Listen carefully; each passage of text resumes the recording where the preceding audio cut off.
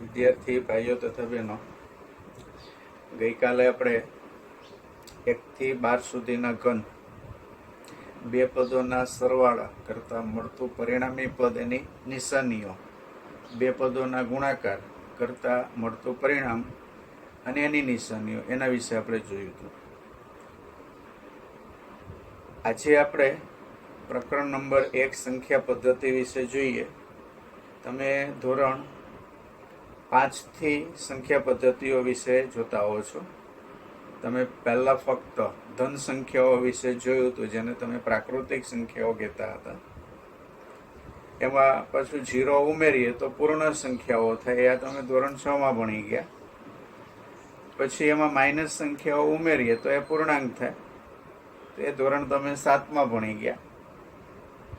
પછી અપૂર્ણાંક સંખ્યાઓ આવી, જેને આપણે સમય સંખ્યાઓ કહીએ, એ તમે ધોરણ 8 માં ભણી ગયા.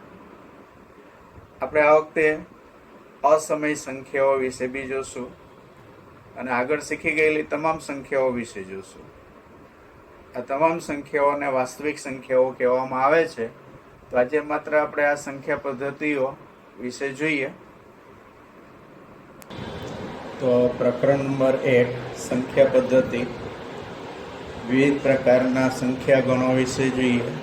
તો સૌથી પહેલો ગણ પ્રાકૃતિક સંખ્યા ગણ, કેપિટલ N. તો આમાં કેવી સંખ્યાઓનો સમાવેશ થાય જે તમે આગળના ધોરણોમાં ભણી ગયા છો. દાખલા તરીકે 1, 2, 3, 4, 5, 6, 7 એમ અનંત સુધી આવે. તો આ અનંત સુધીની તમામ સંખ્યાઓમાં સૌથી નાની પ્રાકૃતિક સંખ્યા 1 થશે. દરેક પ્રાકૃતિક સંખ્યાઓ એ પૂર્ણ સંખ્યા છે. પૂર્ણ સંખ્યા એટલે આ બધી સંખ્યાઓમાં આમાં 0 એક ઉમેરી દો તો એ સંખ્યાને પૂર્ણ સંખ્યા કહેવાય. એટલે શૂન્યનો સમાવેશ પ્રાકૃતિક સંખ્યા ગણમાં થતો નથી, પૂર્ણ સંખ્યા ગણમાં થાય છે. ત્યાર પછી પૂર્ણ સંખ્યા ગણ લઈએ તો પૂર્ણ સંખ્યા ગણ W, બરાબર, સંજ્ઞા એની W છે, હોલ નંબર જેને કહેવાય. દાખલા તરીકે એમાં સમાવેશ થતી સંખ્યાઓ 0, 1, 2, 3, ડેશ ડેશ ડેશ અનંત સુધી. તો પ્રાકૃતિક સંખ્યાથી એક સંખ્યામાં વધારે છે. પ્રાકૃતિક સંખ્યામાં 1, 2, 3 છે, જ્યારે આમાં 1, 2, 3 અનંત સુધી છે જ, ઉપરાંત 0 છે. સૌથી નાની પૂર્ણ સંખ્યા લઈએ તો એ 0 છે. ત્યાર પછી આ પદ છે એ પછી હું તમને સમજાવું. N subset W. N subset W નો મતલબ થાય N ના બધા જ સભ્યો W માં છે. બરાબર, આપણે જોઈ ગયા N ના બધા સભ્યો 1, 2, 3 એ બધા W માં છે. એટલે 0, 1, 2, 3 ની અંદર 0 આવી જાય છે, ઉપરાંત 1, 2, 3 આવી જાય એટલે 1, 2, 3 એની અંદર આવી ગયા. એટલે N ના તમામ સભ્યો W ની અંદર આવેલા છે અને સંકેતમાં લખીએ તો આ રીતે લખાય, N સબસેટ W. પૂર્ણાંક સંખ્યા ગણ Z. તો પૂર્ણાંક સંખ્યા ગણ Z, તો એની અંદર પ્રાકૃતિક સંખ્યા 1, 2, 3 આવી જાય છે. પૂર્ણ સંખ્યા તો એમાં 0 પણ આવી જાય છે. આ ઉપરાંત માઇનસ સંખ્યાઓ પણ આવે છે. એટલે આ બે સંખ્યાઓ ઉપરાંત ઋણ સંખ્યાઓ આવે એટલે એને કહેવાય પૂર્ણ સંખ્યા ગણ. એટલે સૌથી નાની ધન પૂર્ણાંક સંખ્યા લઈએ તો આ બાજુ ધન સંખ્યાઓ અનંત સુધી આવે. સૌથી નાની ધન પૂર્ણાંક સંખ્યા 1 છે અને સૌથી મોટી ઋણ પૂર્ણાંક સંખ્યા, સૌથી મોટી ઋણ પૂર્ણાંક સંખ્યા આ બાજુ જાઓ તેમ તેમ સંખ્યા નાની થતી જાય. -1, -2, -3, -4, -5, બરાબર. -3 થી નાના -4, -4 થી નાના -5 એમ અનંત સુધી આવે. તો નાની સંખ્યા અનંત કઈ છે એ ખબર ન પડે, પણ મોટી સંખ્યા કઈ છે એ ખબર પડી જાય. તો ઋણ સંખ્યામાં સૌથી મોટી સંખ્યા કઈ તો -1. ધન સંખ્યામાં સૌથી મોટી સંખ્યા કઈ છે એ ખબર ન પડે, કારણ કે અનંત સુધી આવે. પણ એમાં સૌથી નાની સંખ્યા કઈ છે એ ખબર પડી જાય. તો યાદ રાખો, પૂર્ણાંક સંખ્યામાં ધન પૂર્ણાંક સંખ્યા સૌથી નાની 1 અને ઋણ પૂર્ણાંકમાં સૌથી મોટી ઋણ પૂર્ણાંક સંખ્યા -1. શૂન્ય છે એ ધન પૂર્ણાંક પણ નથી, ઋણ પૂર્ણાંક પણ નથી. શૂન્ય ખાલી પૂર્ણાંક કહેવાય, એ ધન પૂર્ણાંક પણ નથી, ઋણ પૂર્ણાંક પણ નથી. દરેક પૂર્ણાંક, હવે આ વિધાન આપણે આ સમજીએ પછી એક વિધાન અહીંયા આપણે બાકી રાખ્યું. દરેક પૂર્ણ સંખ્યા એ પૂર્ણાંક સંખ્યા છે. તો તમે જુઓ, પૂર્ણ સંખ્યાઓ બધી આમાં આવી ગઈ છે. પૂર્ણ સંખ્યાઓ કઈ? 0, 1, 2, 3 અનંત સુધી, 0, 1, 2, 3 અનંત સુધી. એટલે પૂર્ણ સંખ્યા બધી આની અંદર આવી ગઈ છે. એટલા માટે દરેક પૂર્ણ સંખ્યા છે કેવી કહેવાય? પૂર્ણાંક. કારણ કે આ બધી પૂર્ણાંકમાં પણ આવે, આ પૂર્ણાંકમાં આવે. એટલે આ પૂર્ણાંક છે, આ પૂર્ણાંક છે, આ બધી પૂર્ણાંક છે. એટલે પૂર્ણ સંખ્યાને પૂર્ણાંક કહેવાય. પ્રાકૃતિક સંખ્યા છે પૂર્ણ છે, એ આપણે આગળ જોઈ ગયા. પ્રાકૃતિક સંખ્યા એ પૂર્ણ છે. એવી રીતે પૂર્ણ સંખ્યા છે પૂર્ણાંક છે. આનો સમાવેશ આમાં થાય એટલે પ્રાકૃતિકને પૂર્ણ કહેવાય. આનો સમાવેશ આમાં થાય એટલે પૂર્ણને પૂર્ણાંક કહેવાય.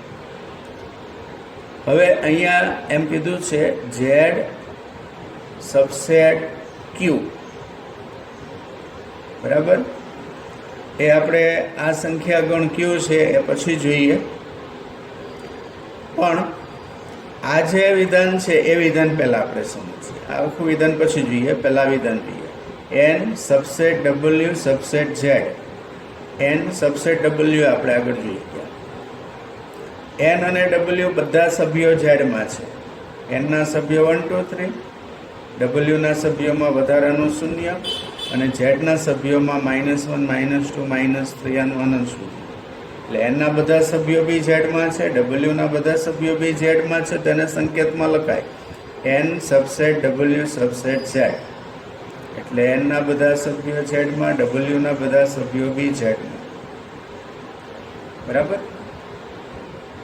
હવે આપણે જોઈએ સમય સંખ્યા ગણ Q. સમય સંખ્યા ગણ Q એટલે અહીંયા પૂર્ણાંક હતી. પૂર્ણાંક એટલે પોઈન્ટ નો હોય એને પૂર્ણાંક કહેવાય.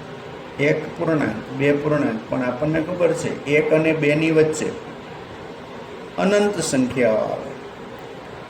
1 પછી 1.1 લઈએ, 1.2, 1.3, 1.4, બરાબર. 1 અને 2 ની વચ્ચે એક પૂર્ણાંક 1/2 અને 3/2 એમ પણ કહેવાય. આવી અપૂર્ણાંક સંખ્યાઓ છે. તો એ અપૂર્ણાંક સંખ્યાઓ આ Q ની અંદર આવે. તમે જુઓ, Q ની અંદર પ્રાકૃતિક આવી ગઈ, 1, 2, 3 આવી ગયા. પૂર્ણની અંદર વધારાની 0 એ પણ આવી ગયા. પૂર્ણાંક સંખ્યા ગણ Z એના ઋણ સંખ્યાઓ આવે એ પણ આવી ગઈ. હવે 1 અને 2 ની વચ્ચે આમાં કોઈ જગ્યા નહોતી, એટલે આમાં કોઈ સંખ્યા ન આવે. પૂર્ણાંકમાં 1 અને 2 ની વચ્ચે કોઈ ના આવે. પણ આની અંદર 1 અને 2 ની વચ્ચે અસંખ્ય આવે, 2 અને 3 ની વચ્ચે અસંખ્ય આવે, 0 અને 1 ની વચ્ચે અસંખ્ય આવે, 0 અને -1 ની વચ્ચે અસંખ્ય આવે. એટલે દરેક બે પૂર્ણાંક સંખ્યાઓની વચ્ચે અનંત સંખ્યાઓ હોય છે, બરાબર. આ બધી અનંત સંખ્યાઓને સંકેતમાં લખીએ તો P/Q સ્વરૂપમાં લખાય. એમાં P પૂર્ણાંક છે, Q પણ પૂર્ણાંક છે. પણ એક શરત કે છેદમાં જે સંખ્યા છે એ શૂન્ય ન હોય. P કોઈ બી સંખ્યા તમે આમાંની કોઈ બી સંખ્યા P તરીકે લો, Q આમાંની કોઈ બી સંખ્યા તમે Q તરીકે લો, પછી એને P/Q સ્વરૂપમાં લખો. માનો કે આપણે 2/3 લીધા તો 2 છે, બરાબર, પૂર્ણાંક છે. નીચેના 3 છે એ પણ પૂર્ણાંક છે, તો 2/3, બરાબર. આ સંખ્યા 0 અને 1 ની વચ્ચે આનો ભાગાકાર કરો, 0.666 એમ આવે એ 0.6 કહેવાય. 0.6 0 અને 1 ની વચ્ચે આવે. એવી રીતે -1/2, -1/2, -1, બરાબર. એ Z ગણમાં પૂર્ણાંક છે. 2 છે એ પણ પૂર્ણાંક છે. આપણે અહીંયા કીધું P પૂર્ણાંક છે, Q પૂર્ણાંક છે. P અને Q પૂર્ણાંક, તો અંશ પણ પૂર્ણાંક, છેદ પણ પૂર્ણાંક. છેદમાં 0 નહીં લેવાનું. 0.6 તો એ પણ સમય સંખ્યા થઈ, કારણ કે એને પણ P/Q સ્વરૂપમાં લખાય. 0.6 નો મતલબ થાય 6/10, તો 6 ની અંદર આવે. દસપણાની અંદર આવે એટલે 6 પૂર્ણાંક 10 પૂર્ણાંક 6/10 પૂર્ણાંક છે. -2/3 એટલે કે પોઈન્ટ કાઢો 23/10 -23/10. આમાં આગળ જાઓ તો -23 આવે, છેદમાં 10 પણ આવે, બરાબર. તો -23 પૂર્ણાંક 10 પૂર્ણાંક એટલે આ બધી સંખ્યાઓ P/Q સ્વરૂપમાં આવે. એટલે સમય સંખ્યા ગણ Qની અંદર પ્રાકૃતિક સંખ્યાઓ બી આવે, પૂર્ણ બી આવે, પૂર્ણાંક બી આવે. આ ઉપરાંત દરેક બે પૂર્ણ સંખ્યાની વચ્ચે, દરેક બે પૂર્ણાંક સંખ્યાની વચ્ચે અસંખ્ય અપૂર્ણાંક સંખ્યાઓ હોય છે, જેને આપણે P/Q સ્વરૂપમાં દર્શાવી શકાય. આ બધી સંખ્યાઓને સમય સંખ્યાઓ કહેવાય. સમય સંખ્યાની નોંધમાં જુઓ, બે સમય સંખ્યાઓ વચ્ચે અનંત સમય સંખ્યાઓ આવેલી હોય છે. આપણે આગળ વાત કરી તેમ 2 અને 3, 1 અને 2 બધાની વચ્ચે અનંત સંખ્યાઓ આવેલી હોય. સમય સંખ્યાઓમાં પ્રાકૃતિક સંખ્યાઓ, પૂર્ણ સંખ્યાઓ, પૂર્ણાંક સંખ્યાઓનો સમાવેશ થાય છે. એટલે સંકેતમાં n subset W, W subset Z, Z subset Q લખાય. n ના બધા સભ્યો પણ Q માં આવે, W ના સભ્યો પણ Q માં આવે, Z ના સભ્યો પણ Q માં આવે. એટલે તેને સંકેતમાં આ રીતે લખી શકાય. હવે અહીંયા એક મુદ્દો આપણે બાકી રાખ્યો તો એ હવે આપણે સમજીએ. દરેક પૂર્ણાંક એ સમય સંખ્યા છે, કારણ કે આ બધાનો સમાવેશ આની અંદર થાય છે. આ બધી સંખ્યાઓની અંદર આવી જાય છે.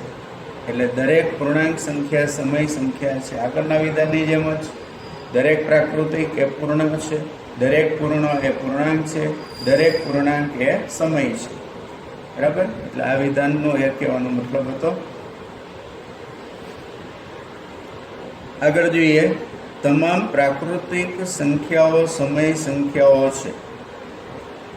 આ સમય સંખ્યાઓમાં જો 1, 2, 3 એ પ્રાકૃતિક છે, એટલે દરેક પ્રાકૃતિક સંખ્યાઓ સમય સંખ્યાઓ છે. તમામ પૂર્ણ સંખ્યાઓ બી સમય સંખ્યાઓ છે. 0, 1, 2, 3 એમ અનંત સુધી તો એ પૂર્ણ કહેવાય, તો એને પણ સમય સંખ્યાઓ કહેવાય. પૂર્ણાંક સંખ્યાઓ બી સમય સંખ્યાઓ છે. પૂર્ણાંક એટલે 0, 1, 2, 3 આ બાજુ અનંત સુધી, પછી આ બાજુ -1, -2, -3 અનંત સુધી એ પૂર્ણાંક છે, તો એ પણ સમય સંખ્યાઓ છે. અને તમામ અપૂર્ણાંક સંખ્યાઓ, જે આપણે પોઈન્ટવાળી વાત કરી, અપૂર્ણાંકવાળી વાત કરી, આવી સંખ્યાઓ એ અપૂર્ણાંક કહેવાય. પોઈન્ટવાળી છે એ પણ અપૂર્ણાંક કહેવાય. એટલે અપૂર્ણાંકને P/Q સ્વરૂપમાં લેવાય. આવી તમામ અપૂર્ણાંક સંખ્યાઓ છે એ પણ સમય સંખ્યાઓ છે. એટલે પ્રાકૃતિક બી સમય, પૂર્ણ છે એ પણ સમય, પૂર્ણાંક છે એ પણ સમય, અપૂર્ણાંક છે એ પણ સમય. તો યાદ રાખો, સમય સંખ્યાઓ છે એ પ્રાકૃતિક સંખ્યાઓ નથી. પ્રાકૃતિક સંખ્યાઓ એ સમય છે. ઉલટું આપણે નહીં કહી શકીએ. સમયને પ્રાકૃતિક ના કહેવાય. કે સમયની અંદર ધારો કે માઇનસ આવે તો એ પ્રાકૃતિકમાં ન આવે. એટલે સમય છે પ્રાકૃતિક નથી. સમય છે પૂર્ણ પણ નથી. કારણ કે સમય આપણે લઈએ તો સમય સંખ્યાઓમાં ધારો કે આપણે લઈએ કે 2/3, તો પૂર્ણ સંખ્યાઓમાં એવું ન આવે. એટલે સમય એ પૂર્ણ નથી. સમય સંખ્યાઓ એ પૂર્ણાંક સંખ્યાઓ બી નથી. સમય સંખ્યાઓ છે, બરાબર. 0.6, 2.3 એ પૂર્ણાંક ન કહેવાય. પૂર્ણાંક તો આ જ બધી કહેવાય. તો આ ધ્યાન રાખજો. તો તમારે નવી સંખ્યાઓ એક શીખવાની છે, અસમય સંખ્યાઓ. અસમય સંખ્યાઓ એટલે કેવી સંખ્યાઓ? તો જે સંખ્યાઓ સમય નથી, બરાબર. વાસ્તવિક સંખ્યાઓમાં જે સંખ્યાઓ સમય નથી તે તમામ સંખ્યાઓને અસમય સંખ્યાઓ કહેવાય. મતલબમાં જેને આપણે P/Q સ્વરૂપમાં દર્શાવી શકતા નથી તે બધી તમામ સંખ્યાઓ અસમય છે, બરાબર. P/Q સ્વરૂપમાં આપણે આગળ જોયું 2/3, 0.6, 1.5 આવી બધી સંખ્યાઓ છે P/Q સ્વરૂપમાં દર્શાવે. તો એ સિવાયની સંખ્યાઓ છે એ બધી જ અસમય છે. દાખલા તરીકે પાઈ છે, આપણે ક્ષેત્રફળ ઘનફળની અંદર તમે આગળના ધોરણમાં ભણી ગયા છો, તેમાં પાઈ આવતા. પાઈની કિંમત આશરે લઈએ 3.6 છે, એની આશરે કિંમત છે. 22/7 છે એની આશરે કિંમત છે, એની ચોક્કસ કિંમત નથી, બરાબર. તો પાઈ છે એ અસમય સંખ્યા છે. √2 વર્ગમૂળમાં 2 વર્ગમૂળમાં 3 વર્ગમૂળમાં 5 ઘનમૂળમાં 2 ઘનમૂળમાં 3 ચતુર્થમૂળમાં 2 ચતુર્થમૂળ પંચમૂળ ષષ્ઠમૂળ બરાબર. જેનું વર્ગમૂળ ના નીકળતું હોય, જેનું ઘનમૂળ ના નીકળતું હોય, જેનું ચતુર્થમૂળ ના નીકળતું હોય, આવી તમામ સંખ્યાઓ પણ અસમય સંખ્યાઓ છે. અસમય સંખ્યાઓને આપણે ભાગાકારના સ્વરૂપમાં લખીએ, જે આપણે આગળ શીખીશું, પણ અત્યારે ખાલી એમને મૌખિક ચર્ચા કરીએ. તો ભાગાકાર કરીએ તો પોઈન્ટ પછીની જે સંખ્યાઓ આવે એમાં એક પણ સંખ્યા રિપીટ થતી ન હોય, બરાબર. એટલા માટે અસમય છે સંખ્યાઓ. ત્યાર પછી આપણે વાસ્તવિક સંખ્યા ગણ આર વિશે જોઈએ. તો આગળ શીખી ગયેલી તમામ સંખ્યાઓ સમય સંખ્યાઓ હતી. પ્રાકૃતિક છે સમય હતી, પૂર્ણ છે સમય હતી, ત્યાર પછી પૂર્ણાંક સંખ્યાઓ જોઈ, પછી અપૂર્ણાંક જોઈ. આ બધી જ સંખ્યાઓ સમય સંખ્યાઓ છે, અને આ બધી સંખ્યાઓ છે એ અસમય સંખ્યાઓ છે. તો સમય સંખ્યાઓ અને અસમય સંખ્યાઓ ભેગી મળીને જે સંખ્યાઓ બને, આ બધી જ સંખ્યાઓને વાસ્તવિક સંખ્યાઓ કહેવાય. વાસ્તવિક સંખ્યાઓમાં પોતાની બીજી કોઈ સંખ્યા આવતી નથી.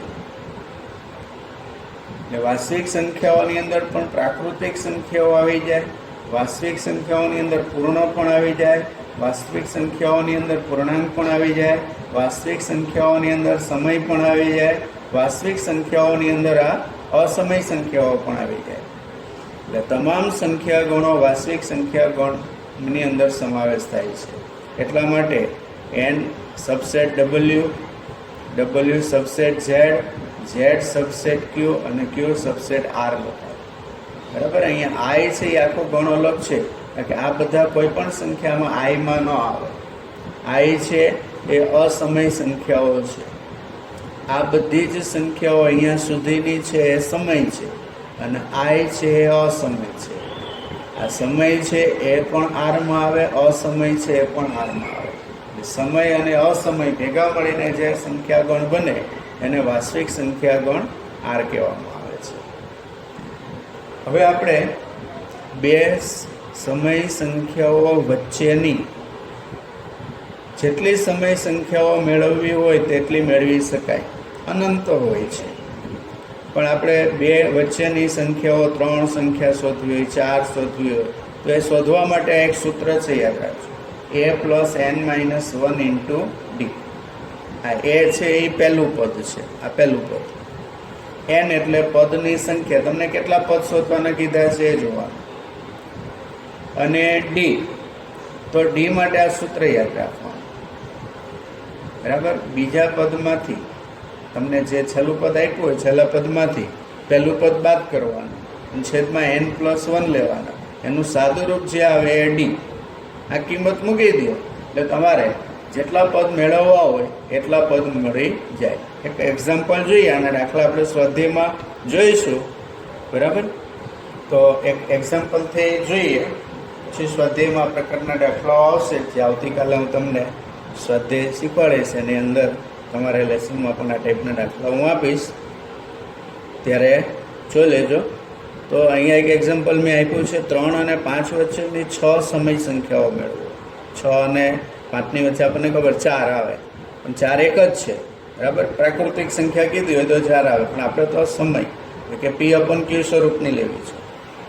તો એના માટે આ સૂત્રનો આપણે ઉપયોગ કરીએ. આ સૂત્રમાં આ પહેલું છે એને a કહેવાય, આ છે એને b કહેવાય. આ 3 એટલે પહેલું પદ અને 5 છે એ છેલ્લું પદ.